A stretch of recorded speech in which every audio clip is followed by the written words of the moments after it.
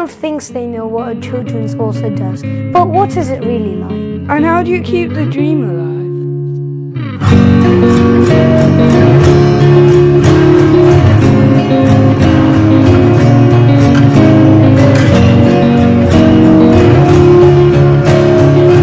Look at Colby! Farmer. It's good to see you. You as well. And in your pajamas. Well, thank you. And back at you with your witch costume. So, Rebecca, why are you here?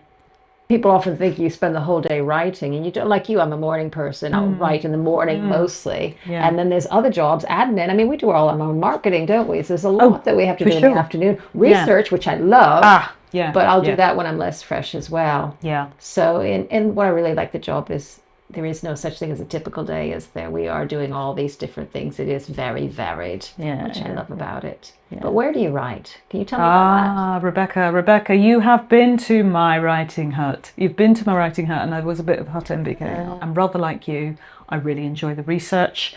I love the research for non-fiction, and I love the magic of thinking about story for the fiction side. Back to that magic again. My favorite place is probably to write at home, under the covers, when it's warm, in my pajamas, like you. Just saying, yeah. With my cat as company. Children's writing isn't without its issues. Should we talk about money, do you think?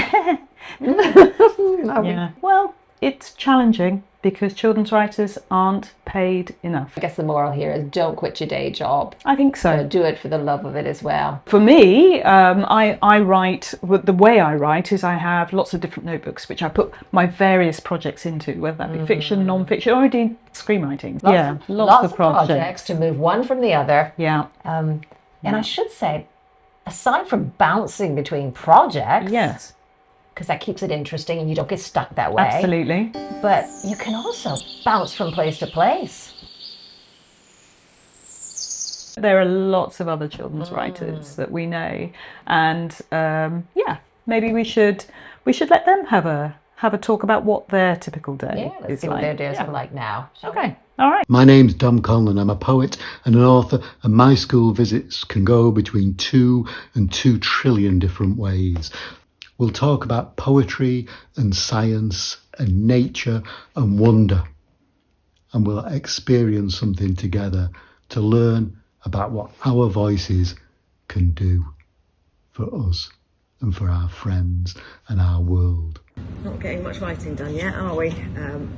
So I've got to hull all these strawberries. Done any writing, but let's go and stock the machine. And I finally have time to get some work done. And I am doing I'm proofreading actually, a second edition of a history book. This is Hardy. And we have a new addition to the family, which is why I forgot. Yeah, little baby. So we just arrived this afternoon, so we're just settling him in. I think my message really is, if you think you don't have time, you do. You just have to squeeze it in around other things and you will be tired, but it's all doable. Well, I've just got back from 2 days of promotional school visits, which means that I pack in 3 schools per day over the 2 days, and I go from one to the other, giving an assembly and then signing lots of books. So I've probably seen 2,000 plus children over the last 2 days, and I'm not sure how many books that I've signed. Quite a lot, and my hand is very tired from signing, and my arms are very tired from carrying all the books, and this is the glamorous life of an author. I never get bored of being a writer. Once I have a nugget of an idea, a lot of the thinking of writing happens throughout the day. So on a walk with my dog, I'll be thinking about the book. When I'm doing my shopping, when I'm cooking, I'm constantly thinking about the characters in the world until I get it just right. I love that it's a varied job. And embracing that kind of flexibility and chaos, I think, is where the magic happens. One of the reasons why I enjoy self-publishing is the fact that it gives me freedom to play around my ideas in ways that push the boundaries of, my skills.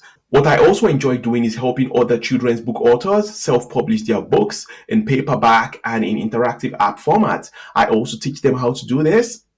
alongside holding their hands through the process. A typical day in the life of me, where you can see I'm outside at the moment with my dogs. I walk dogs. It's a very lovely job, and it gets me thinking about plots and characters and things that I'm working on. It's very different. Every day is very different, but I do come out most days with the dogs.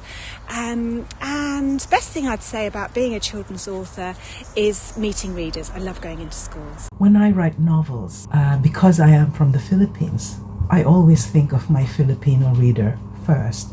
So I guess if you're writing for young people, the first thing that comes to mind is you must do no harm.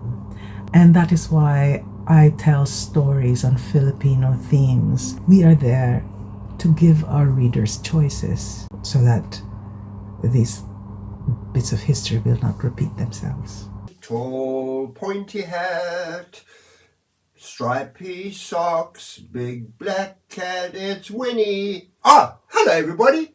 I'm Korky Paul, the illustrator of Winnie and Wilbur. So now we're going to start doing some drawing.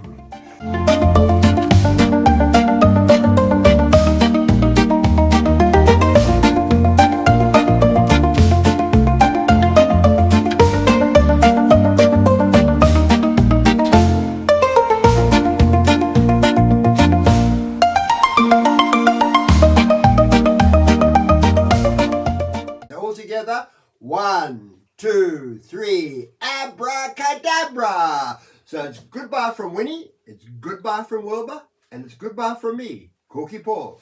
Bye. Good. Thank you. Thank you.